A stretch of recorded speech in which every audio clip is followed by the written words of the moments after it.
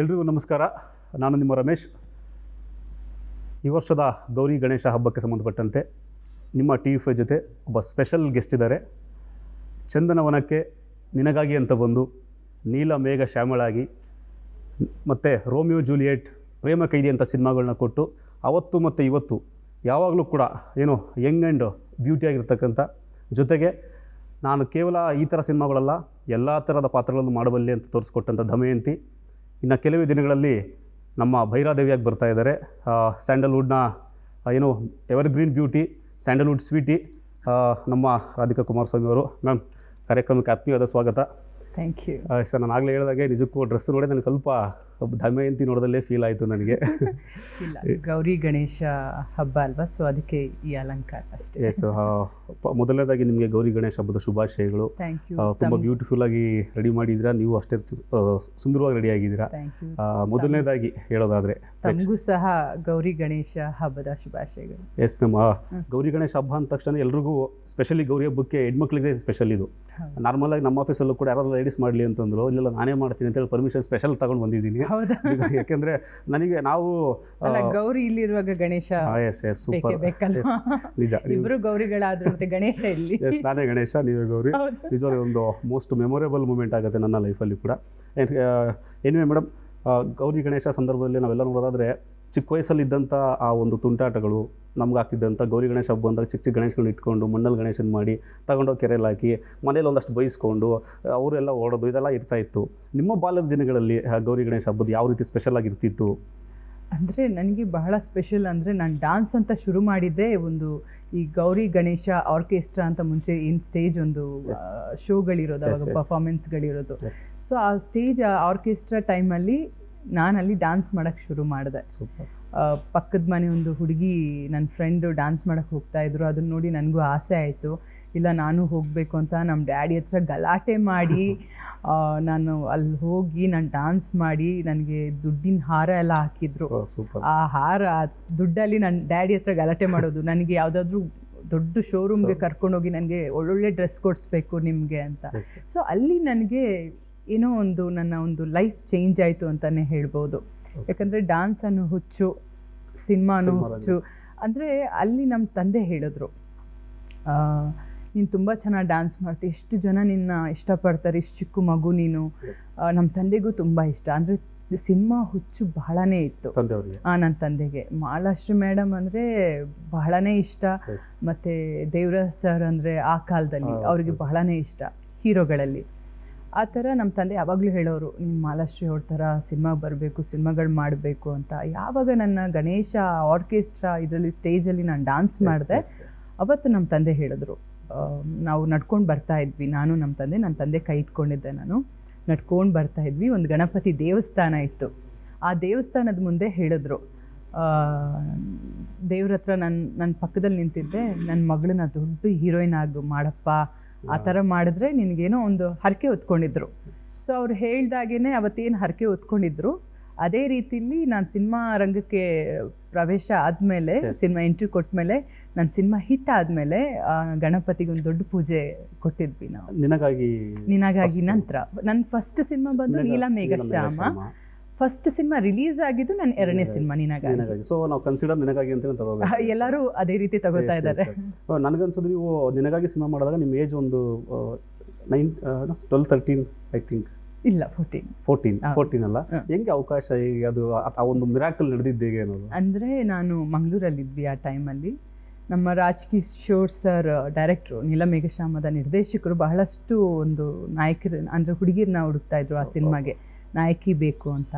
ಆ ಟೈಮಲ್ಲಿ ನಂದು ಫೋಟೋ ನೋಡಿದ್ದಾರೆ, ನನ್ನ ಫೋಟೋ ನೋಡಿ ಮ್ಯಾಂಗ್ಳೂರಿಗೆ ಅವ್ರು ಬಂದಿದ್ರು ನನ್ನ ಡೇಟ್ಸ್ ಕೇಳೋಕ್ಕೆ.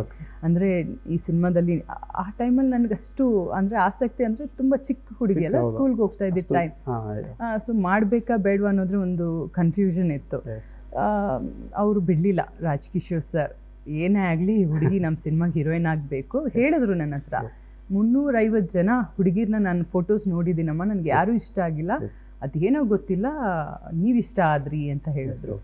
ಸೊ ಹಾಗೆ ಆ ಸಿನಿಮಾಗೆ ಆಯ್ಕೆ ಆದೆ. ಆ ಸಿನಿಮಾ ನಡೀತಾ ಇರೋ ಟೈಮಲ್ಲೇ ನನಗೆ ನಿನಗಾಗಿ ಸಿನಿಮಾ ಆಫರ್ ಬಂತು ಉಷಾ ಕಿರಣ್ ಮೂವೀಸ್ ಅವರಿಂದ. ನಾವು ಎಸ್ ಮಹೇಂದರ್ ಸರ್ ಅವರು ಎಲ್ಲೋ ನನ್ನದು ಫೋಟೋ ನೋಡಿ ಅವರು ಸಹ ನನಗಿದೇ ಹುಡುಗಿ ಕರ್ಸ್ಕೊಂಡ್ರು ಒಂದ್ಸಲ.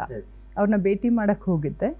ಆ ಟೈಮಲ್ಲಿ ಅವ್ರಿಗೇನೋ ಈ ಪಾತ್ರಕ್ಕೆ ಈ ಹುಡುಗಿ ಸೂಟ್ ಆಗ್ತಾಳೆ ಅಂತ ಹೇಳಿದ್ರು. ಬಟ್ ಆ ಟೈಮಲ್ಲಿ ನಾನು ಆ ಸಿನಿಮಾ ಮಾಡೋಕ್ಕೆ ಒಪ್ಕೊಂಡಿರಲಿಲ್ಲ. ಯಾಕಂದರೆ ನನ್ನ ರಾಜ್ಕಿಶೋರ್ ಸರ್ ಹೇಳಿದರು ನಮ್ಮ ಸಿನಿಮಾ ಕಂಪ್ಲೀಟ್ ಆಗದಿರ ಬೇರೆ ಯಾವ ಸಿನಿಮಾನೂ ಒಪ್ಕೊಳ್ಳೋಂಗಿಲ್ಲ ಅಂತ ಹೇಳಿದರು. ಆಮೇಲೆ ನನ್ನ ತಂದೆ ತಾಯಿ ಏನು ಮಾಡಿದ್ರು, ಅಲ್ಲಿ ಮ್ಯಾನೇಜರ್ ಒಬ್ಬರು ಇದ್ದರು, ನಿನಗಾಗಿ ಸಿನಿಮಾದ ಒಂದು ಮ್ಯಾನೇಜರ್. ಅವರು CD ಕೊಟ್ಟಿದ್ರು, ನುವ್ವೆ ಕಾವಲಿ ಸಿನಿಮಾದ ರೀಮೇಕು ನಿನಗಾಗಿ ಸಿನಿಮಾ. ನುವ್ವೆ ಕಾವಲಿ ಸಿನಿಮಾದ CD ಕೊಟ್ಟಿದ್ರು. ಅದರಲ್ಲಿ ನಾನು 2 ಡಾನ್ಸ್ ನೋಡಿದೆ. ಅದು ನೋಡಿದ ತಕ್ಷಣ ಏನೇ ಆಗಲಿ ನಮ್ಮ ರಾಜ್ಕಿಶೋರ್ ಸರ್ ಹತ್ರ ಮಾತಾಡಿ ಒಪ್ಪಿಸಿ ನಾನು ಈ ಸಿನಿಮಾ ಮಾಡೋದೆ ಅಂತ ಡಿಸೈಡ್ ಆದೆ. ಆ ಸಾಂಗ್ ಡಾನ್ಸ್ ನೋಡಿದ್ದಕ್ಕೆ, ಆ ಡಾನ್ಸ್ಗೋಸ್ಕರ ನಾನು ನಿನಗಾಗಿ ಸಿನಿಮಾನ ಒಪ್ಕೊಂಡೆ. ಬಟ್ ಇವಾಗ ಎಲ್ಲರಿಗೂ ಗೊತ್ತಿರೋದು ನನ್ನ ಫಸ್ಟ್ ಸಿನಿಮಾ ನಿನಗಾಗಿ. ಅಂದರೆ ಇಲ್ಲಿವರೆಗೆ ಒಂದು 22 ವರ್ಷ ಆಗಿದೆ ನೀವು ಇಂಡಸ್ಟ್ರಿಗೆ. 22-23 ವರ್ಷ ಆಗಿದೆ. ನಾನು 2002ರಲ್ಲಿ ನಿನಗಾಗಿ ಟೈಮಲ್ಲಿ ಬಂದಾಗ ಐ ಥಿಂಕ್ ನಾನು ಒಂದು 4 ಕ್ಲಾಸ್ ಇರ್ಬೋದೇನೋ ಆಗ. ಸ್ವಲ್ಪ 10 ವರ್ಷ ಚಿಕ್ಕವನಿಗೆ ಆ ಟೈಮಲ್ಲಿ. ನನಗೆ ಅವಾಗಿಂದನೂ ಒಂದು ಆ್ಯಡ್ ಸೀರಿಯಲ್ ಬರ್ತಾನೆ ಇದೆ, ಒಂದು ಆ್ಯಡ್ ಬರ್ತಾ ಇರ್ತದೆ, ಜಾಹೀರಾತು, ಸಂತೂರ್ ಮಮ್ಮಿದು. ನಾನು ಅವಾಗ ನೋಡಿದಾಗ ನೀವು ಹಿಂಗೆ ಇದ್ದೀರಾ, ಈಗಲೂ ಹಿಂಗೆ ಇದ್ದೀರಾ. ಅದು ಸಂತೂರ್ ಮಮ್ಮಿ, ಅದು ಆ್ಯಡ್ಗೆ ಮೋಸ್ಟ್ಲಿ ನಿಮ್ಮನ್ನೆಲ್ಲ ಮಿಸ್ ಮಾಡಿಬಿಟ್ಟಿದ್ದಾರೆ ಅಂತ ಅನಿಸುತ್ತೆ ನನಗೆ, ನಿಮ್ಮ ಸೌಂದರ್ಯಕ್ಕೆ. ಥ್ಯಾಂಕ್ ಯು ನಂಗೆ ಅನಿಸ್ತಿರ್ತೇವೆ ಯಾವಾಗ ಅದೇ ಹೇಳ್ತಾ ಇದ್ದಲ್ಲ, ಯಾರಿಗೂ ನಮ್ಮ ಆಚೆಗಡೆ ಹೇಳ್ತಾ ಇದ್ದೆ, ಯಾವಾಗಲೂ ಹಂಗೆ ಇರ್ತಾರೆ, ಚೇಂಜ್ ಆಗಲ್ಲ, ಒಂದೇ ಥರ ಕಾಣ್ತಾರೆ. ಅದು ಯಾವ ಡಯಟೋ ಅಥವಾ ಏನೋ ನಾವು ಬ್ಯೂಟಿ ಬಗ್ಗೆ ಅಷ್ಟು ಕಾನ್ಸಿಯಸ್ಸು ಏನು ಅಂತ ನಿಮ್ಮ ಪ್ರೀತಿಸೋರಿಗೆ, ನಿಮ್ಮ ಅಭಿಮಾನಿಗಳು ಕೇಳಿದ್ರೆ ಈ ಕ್ವಶನ್ ಏನು ಹೇಳ್ತೀವಿ? ಅಂದರೆ ನಾನು ಯಾವಾಗಲೂ ಹೇಳೋದಿಷ್ಟೇ, ನಾನು ತುಂಬ ಸಂತೋಷವಾಗಿರೋಕ್ಕೆ ಇಷ್ಟಪಡ್ತೀನಿ. ನಗ್ನಗ್ತಾ ಇರಬೇಕು, ನನ್ನ ಸರೌಂಡಿಂಗ್ ಸಮೇತ ಎಲ್ಲರೂ ನಗ್ನಗ್ತಾ ಇರಬೇಕು. ಆ್ಯಕ್ಚುಲಿ ಅದು ನಂಗೆ ತುಂಬ ಇಷ್ಟ. ಅಂದರೆ ನಾನು ಯಾವಾಗಲೂ ಹೇಳೋದು, ಮನುಷ್ಯರಿಗೆ ಎಲ್ರಿಗೂ ಒಂದು ನೋವುಗಳಿರುತ್ತೆ, ಚಿಂತೆಗಳಿರುತ್ತೆ, ಎಲ್ಲರೂ ಅದು ಕಾಮನ್ ಅದು. ಬಟ್ ಅದನ್ನೆಲ್ಲ ಮೀರಿಸಿ ನಾವು ಯಾವಾಗಲೂ ಒಳಗಡೆಯಿಂದ ಯಾವಾಗ ಖುಷಿಯಾಗಿರ್ತೀವೋ, ಸೊ ಅದು ಮುಖದಲ್ಲಿ ಕಾಣಿಸೋಕ್ಕೆ ಶುರು ಆಗುತ್ತೆ. ಅದಲ್ದಿರೋ ಸಿನಿಮಾ ಅಂತ ಬಂದರೆ ನಾವು ಸ್ವಲ್ಪ ಮೇಂಟೈನ್ ಮಾಡಲೇಬೇಕಾಗುತ್ತೆ. ಈಗ ನೋಡಿ, ಇವಾಗ ಏನು ಮೇಂಟೈನ್ ಮಾಡ್ತಾ ಇಲ್ಲ, ಡಯಟಲ್ಲಿ ಇಲ್ಲ ಈಗ. ಸೊ ಈಗ ಸಿನಿಮಾ ಮತ್ತೆ ಶುರು, ಈ ಪ್ರಮೋಷನ್ ಸ್ಟಾರ್ಟ್ ಆಗ್ತಿದೆ ಅನ್ನುವಾಗ, ಈಗ ಒಂದು ನಾವು ಈ ಸಿನಿಮಾ ರಿಲೀಸ್ ಮಾಡಬೇಕಂತ ಪ್ಲ್ಯಾನ್ ಮಾಡಿದ್ದೆ 1 ವಾರದ ಹಿಂದೆ ನಾವು ಪ್ಲ್ಯಾನ್ ಮಾಡಿದ್ದು. ಸೊ ಡಯಟ್ ಮಾಡೋಣ ಅಂತ ಅನ್ಕೋತಾ ಇದ್ದೆ ಪ್ರಮೋಷನ್ ಸ್ಟಾರ್ಟ್ ಮಾಡೋದಕ್ಕಿಂತ ಮುಂಚೆ. ಬಟ್ ನನಗೆ ಅವಕಾಶ ಸಿಗಲಿಲ್ಲ. ಯಾಕಂದರೆ ಇವಾಗ ಈ ಪ್ರಮೋಷನ್ ಅಂದರೆ ನಿಮ್ಗೆ ಗೊತ್ತು, ಒಂದು ನಿರ್ಮಾಪಕಿಯಾಗಿ, ಒಬ್ಬ ನಟಿಯಾಗಿ 2 ಥರ ಜವಾಬ್ದಾರಿನೂ ಕೂಡ ನನ್ನ ಮೇಲಿದೆ. ಸೊ ಹಾಗಾಗಿ ನನಗೆ ಡಯಟ್ ಮಾಡೋಕ್ಕೆ, ಮೇಂಟೈನ್ ಮಾಡೋಕ್ಕೆ ಟೈಮ್ ಸಿಗ್ತಾ ಇಲ್ಲ. ಸೊ ಇರೋದ್ರಲ್ಲಿ ಬಟ್ ಏನು ಪ್ರಮೋಷನ್ ನಾವು ಸ್ಟಾರ್ಟ್ ಮಾಡಲೇಬೇಕು. ಬಟ್ ಒಂದು ಸಿನಿಮಾ ಅಂತ ಬಂದಾಗ ನಾನು ತುಂಬ ಡಯಟ್ ಅದೆಲ್ಲ ತುಂಬ ಫಾಲೋ ಮಾಡ್ತೀನಿ. ಮಸಾಜ್, ಆಯಿಲ್ ಮಸಾಜ್, ಆ ಥರ ಎಲ್ಲ ತುಂಬ ಫಾಲೋ ಮಾಡ್ತೀನಿ. ನೀರು ಜಾಸ್ತಿ ಕುಡಿಬೇಕು, ಮತ್ತು ಬೇಗ ರಾತ್ರಿ ಒಂದು 10 ಗಂಟೆ ಅಷ್ಟರಲ್ಲಿ ಮಲಗೋದು, ಬೆಳಿಗ್ಗೆ ಬೇಗ ಎದ್ದು ಎಕ್ಸಸೈಸ್ ಮಾಡೋದು, ಡಾನ್ಸ್ ಮಾಡೋದು.